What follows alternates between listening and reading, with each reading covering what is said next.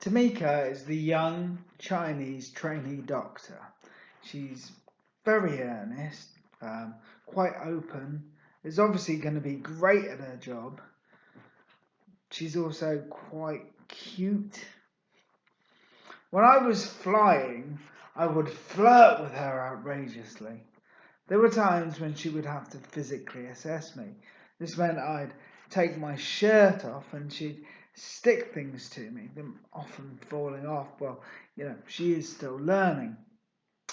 Imprisoned on the ward and away from all intimacy, I would find these exams quite exciting.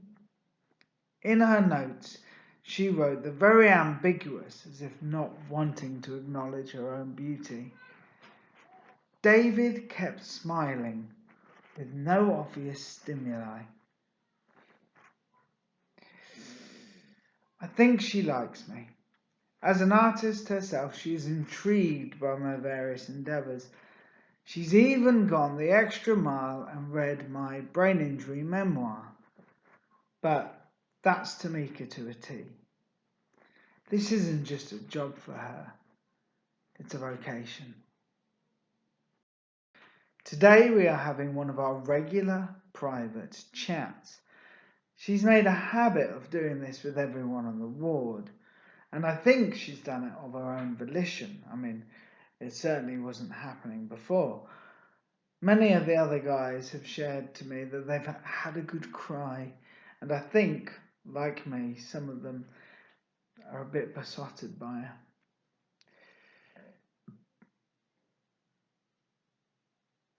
When I was manic, I asked her if she wanted to go on a date with me at a champagne bar. Yeah, and I also told her I thought about her and this other trainee nurse whilst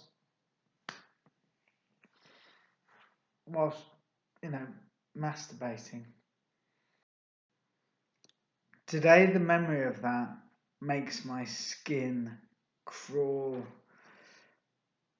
Tamika, I'm sorry I said all those rude things to you when I was high.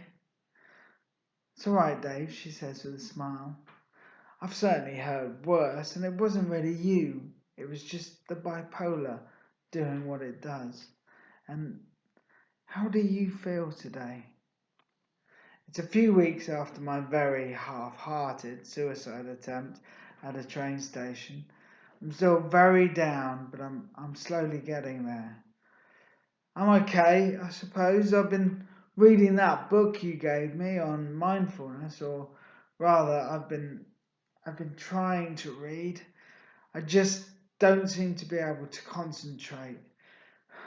No songs are coming. I can't write. It's just all such a different world. When I was high, I had all sorts of ideas, but now, hey, she says softly, it's completely normal. It will come back. I just feel so trapped, like I'm never gonna get out of here. It's at this point she dips her head, looks me in the eyes, and says, "You will get out of here. I promise." And it's that promise. It's coming right from her, and I know she believes it. It makes all the difference. I nearly died once. She's referring to my brain injury memoir in which I nearly died. You know what I think? She continues. I think it wasn't our time. I think we survived for a reason. We've got stuff we need to do. And this is typical Tamika. Maybe more revealing than she should be.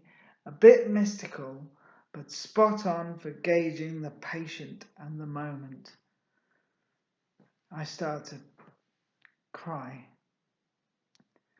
I just feel like this is the last place I should be. Depressed in this bloody ward that's so out of date. stuck in here with other people who want to kill themselves.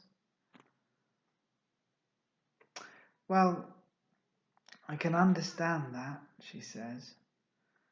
Do you remember what you said to me when I was flying, when I asked you what changes you'd make to Bosworth Ward if you could? Yes, I do, she says solemnly. I said I'd tear it down.